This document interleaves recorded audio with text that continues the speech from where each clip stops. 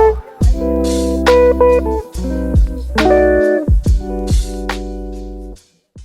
guys, welcome back to my channel. Today I have a really exciting video for you guys.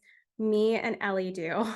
I am sharing with you guys an interview I did with Dr. Michael Greger we did this a few months ago, and this was for his new book, How Not to Age, which I'm super excited because you guys can go and get it now. It came out today on December 5th. Super excited for his team and for you guys all to get this. I love the book. I have been reading it for the last couple months, taking my time, making lots of notes, and I just think it has so much value and you guys are gonna love it. So to celebrate How Not to Age coming out, I wanted to do a giveaway for you guys, and I wanted to pick 3 winners, and it's really simple. All you have to do is be subscribed to the channel, leave us a comment letting know you subscribed, and tell us something nice you like about our channel. Leave us a positive comment and share it with a friend. So do those 3 things and you will be entered to win one of the books. I'll give away pick 3 winners. It's open worldwide, and so excited for you guys to see the interview, to get the book. And yeah, we just are huge Dr. Greger fans here, as you can tell. We have all of his books and just love all of their content. All right, I will see you guys in the next video. I am so sorry. Oh, I'm it's so okay. sorry. Oh my God. Woo, I saved the best for last. So excited to see you again. 13 interviews today. But yeah, here we go, the 13th. So I'm so glad to be back. So glad to see you again. It was so nice to spend some time with you at Summerfest.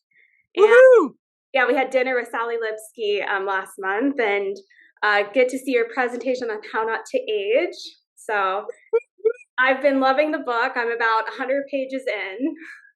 You haven't even started. I know. I'm like 1/6 of a way in. All right. Around oxidation and antioxidants. So. Oh, yeah, juicy. Part 1. All right, yeah. That's good. Love it. So that's a big chapter. Yeah. Yeah, I asked my audience a bunch of questions that they had for you on aging. And so I figured while we dueled on treadmills again, I'm on my walking treadmill. Let's do it.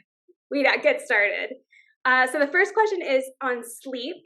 Why is it so hard as we age? And is there any foods or possible supplements that people can take for it to improve sleep? Yeah, fantastic. Actually, I'm just looking at the sleep chapter as we speak.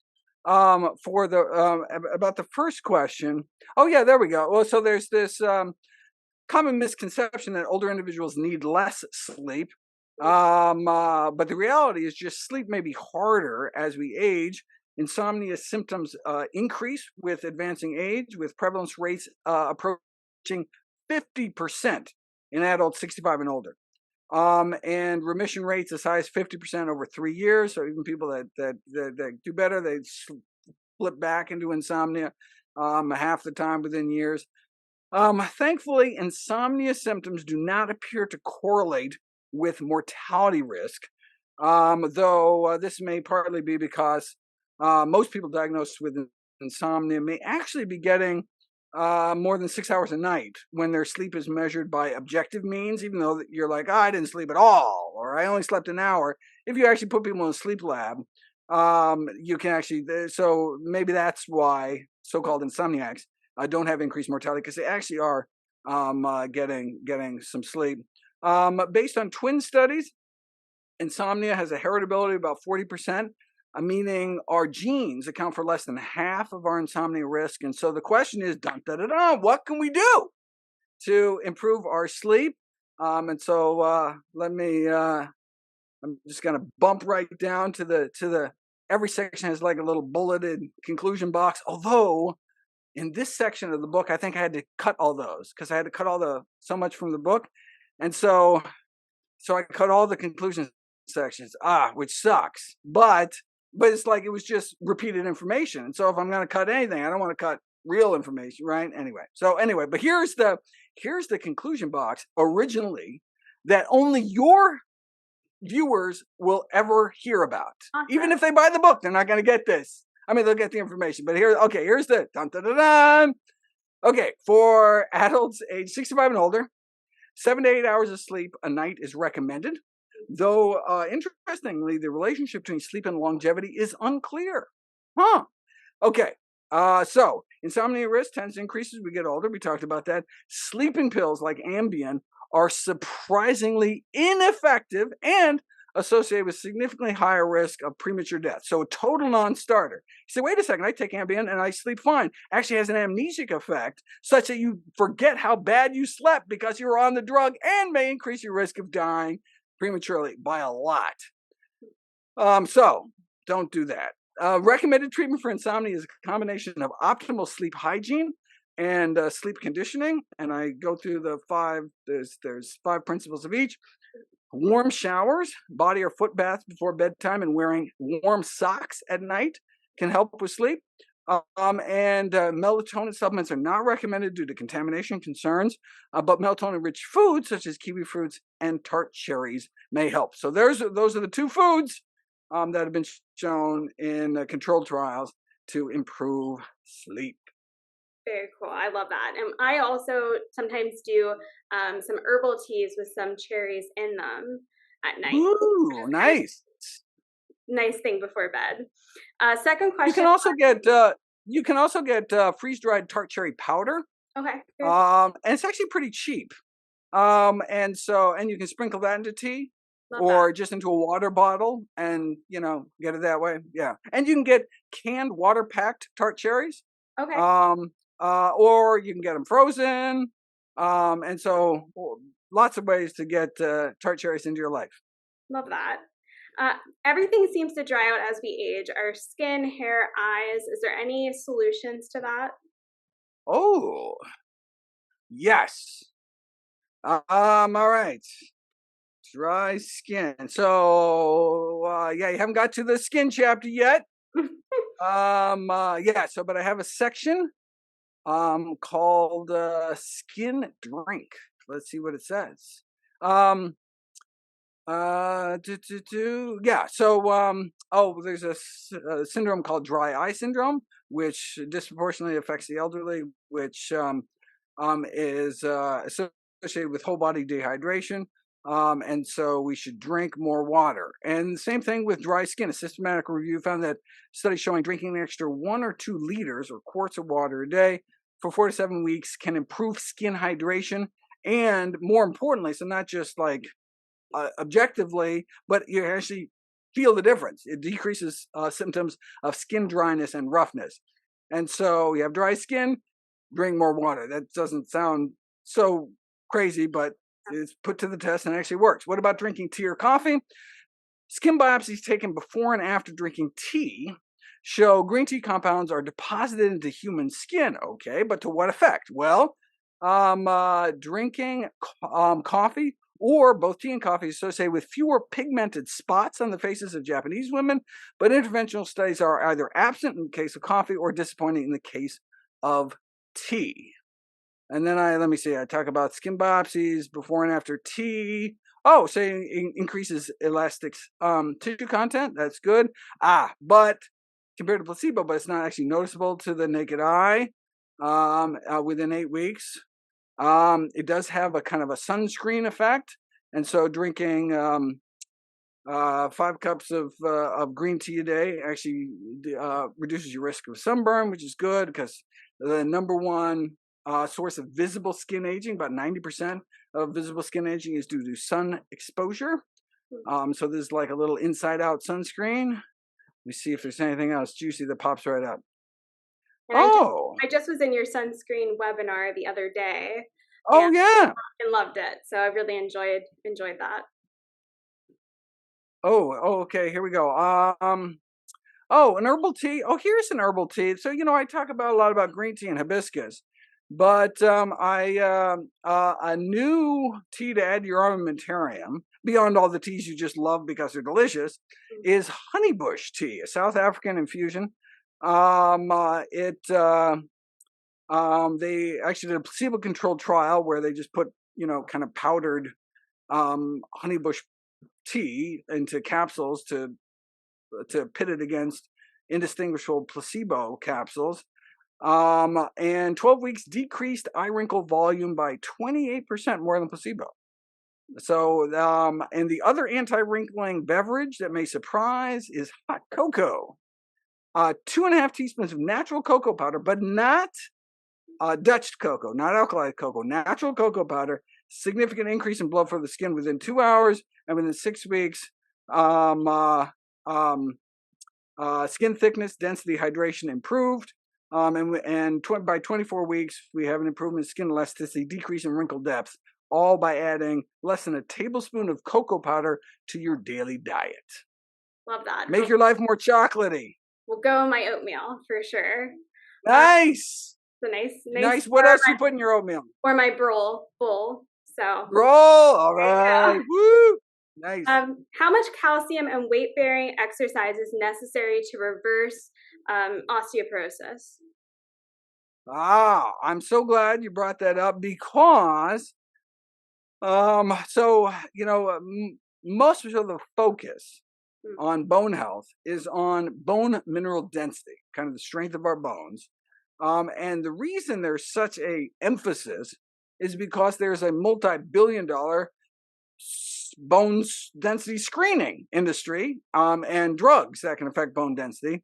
But the number one most important thing to recognize is that most osteoporotic fractures are a function more of falls than bone density. So fall prevention is the single most important intervention. So 85% of osteoporotic fractures, nothing to do with your bone mineral density. You could have the most fragile bones in the world. They don't just spontaneously break unless there's drugs that can cause that. But it's caused by impact, caused by fall. So preventing falls is most important.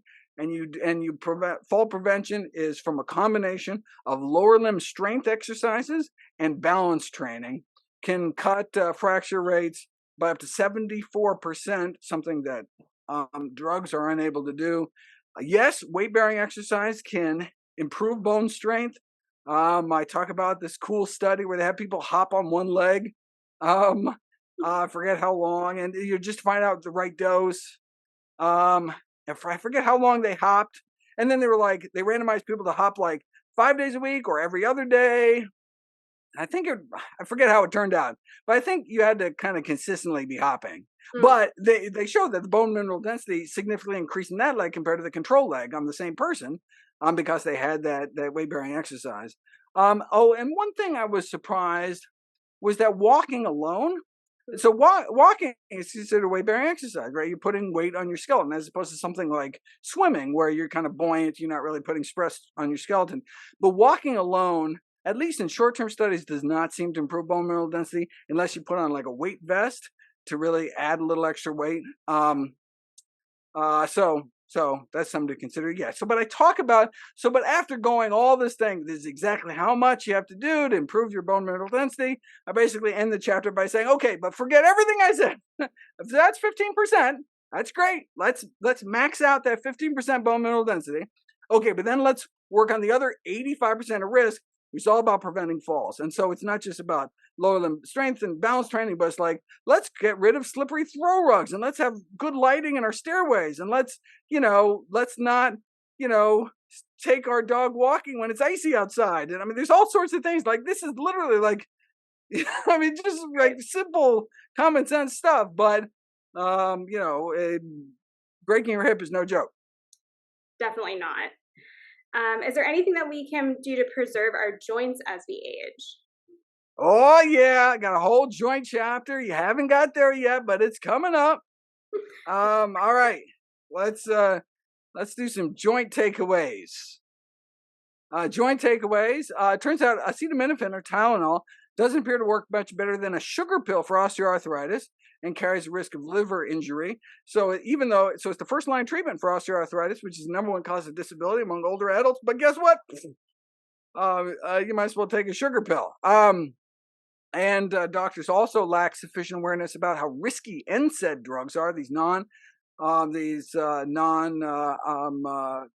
steroidal anti-inflammatory drugs like ibuprofen or naproxen. They can be damaging for the heart, for the stomach, for the kidneys. So the best pharmacological option for osteoarthritis is actually topical NSAIDs. So there's actually non-steroidal anti-inflammatory creams that you can apply outside to your knee, which don't seem to carry the same kind of risk of complications. Um, Something you want to stay away from is cortisone injections, which actually appear to make the condition worse in the long run. Injections of hyaluronic acid and platelet-rich plasma don't seem to be clinically effective.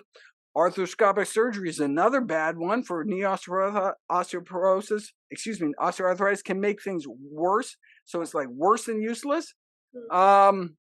Acupuncture, relatively safe and effective, but may not be superior to sham acupuncture, meaning they have these needles like these little magic tricks that actually retract, and so it doesn't actually go penetrate your skin. That's just as effective as real acupuncture, but either way, it's really effective because there's a very powerful placebo effect. The main modifiable risk factor for osteoarthritis, obesity, and with sufficient weight loss can be effective as knee replacement surgery in reducing symptoms, and of course much safer than surgery. Exercise can provide effective pain relief for knee osteoarthritis, especially regimens requiring at least 3 sessions a week, and those concentrating on quadricep muscles, which are your thigh muscles in the front.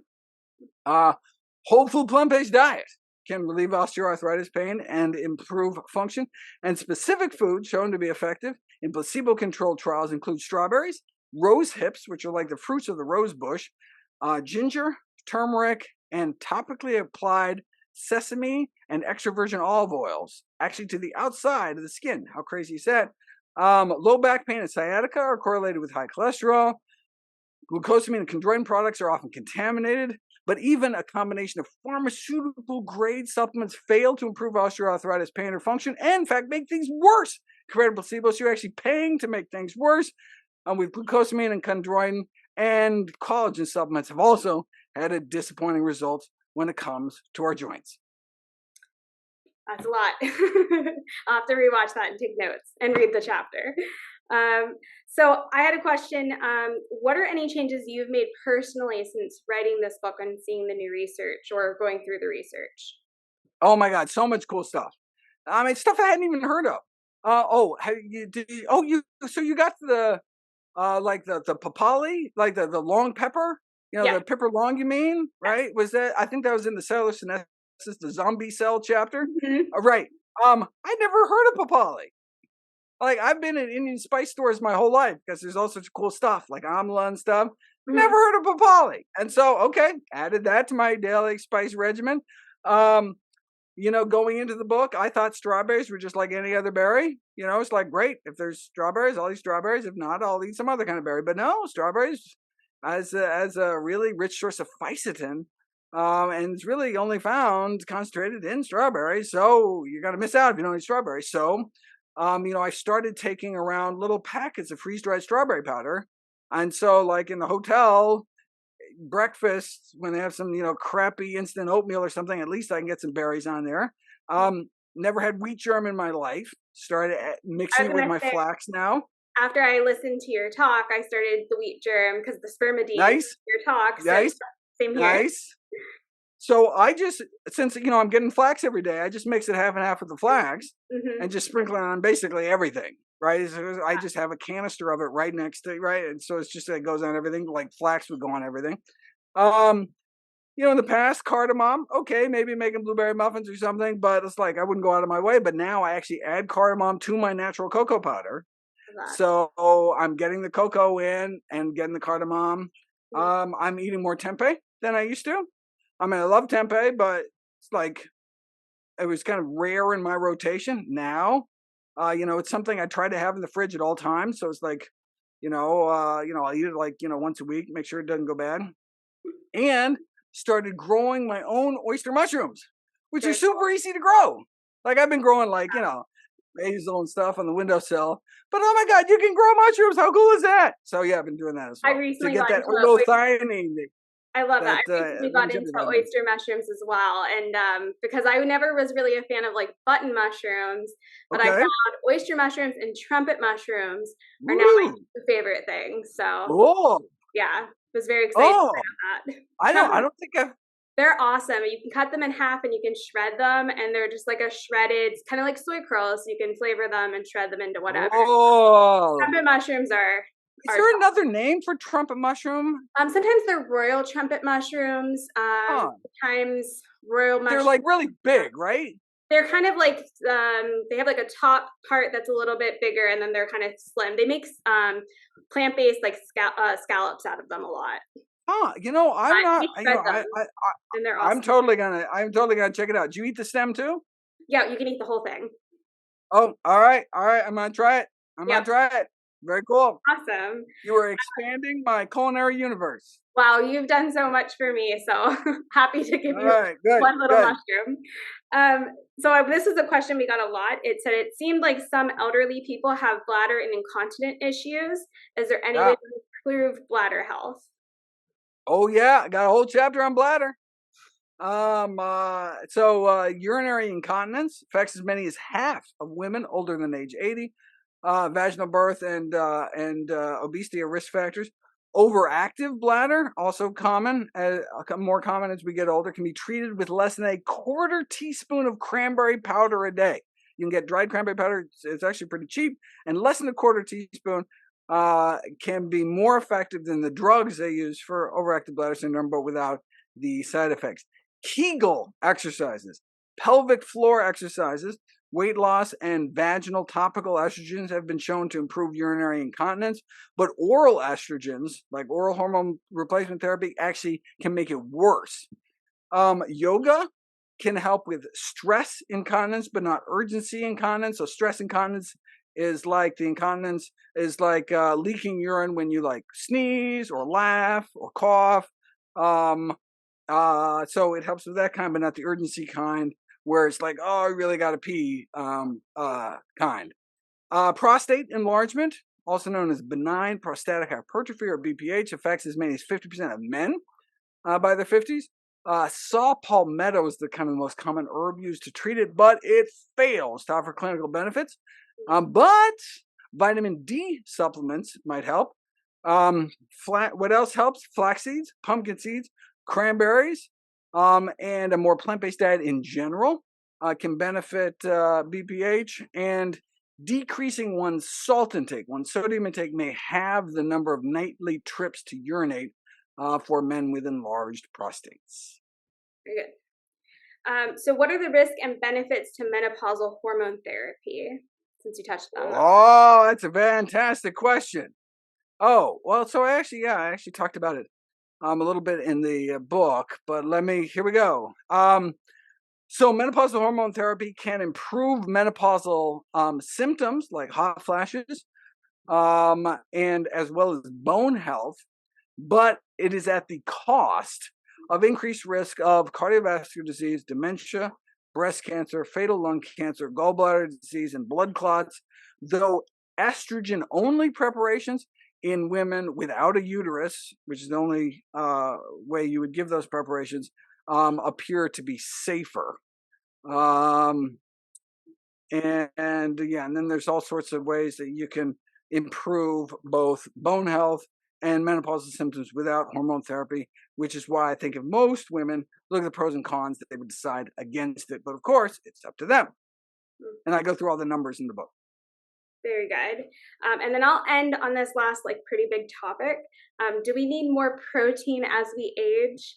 Do we need no? Well, that is that is actually one of the kind of most interesting topics I actually ran into in the book. Which is so ironic, like protein is like the where do you get your protein kind of thing. And it's not as simple of an answer as I thought it might be. But basically, there's this myth that we need more protein in general, but we're probably getting too much protein for healthy aging. There is no benefit to adding extra protein beyond recommended levels for the diets of older men and women in terms of muscle mass, muscle strength, or muscle performance. Instead, with the excess protein, you get a drop in the pro-longevity hormone FGF21 and a worsening of the age-accelerating hormones IGF-1 and mTOR.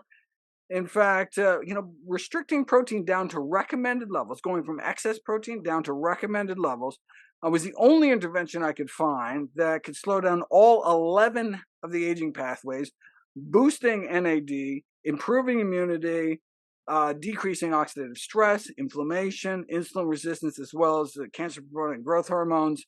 So we should strive to stick to the recommended intake, which is 0.8 grams per healthy kilogram of body weight, which comes out to be about 50 grams a day, and then reducing intake down to 1 gram per kilogram after age 65. Very good. Well, thank you so much for your time. And I'm just going to encourage everyone. This whole video comes out on December 5th, which is the book is released. So everyone can go get the book today. And I just have been loving it. And I'm actually going to get the audiobook because I love listening and reading at the same time. So I'll probably read this a few times. But thank you so much for all the work that you do and everything you've done for me personally. Oh my God, you're so welcome. So excited to be back. You're doing such great work. I'm actually on 2 days from now. We're recording this early. I'm going to be starting to record the audiobook. It's going to be, they think it's going to be 30 hours. So hopefully, no promises. Okay. But hopefully my vocal cords will make it through and you'll be able to listen to it. Awesome. But awesome. Keep up the great work. Thank you. If you're ever in Pittsburgh, I would love to have you guys over for dinner and make the Daily Dozen spread for you. So let me know. Sounds like a plan. All right. Have a good one. Thank you.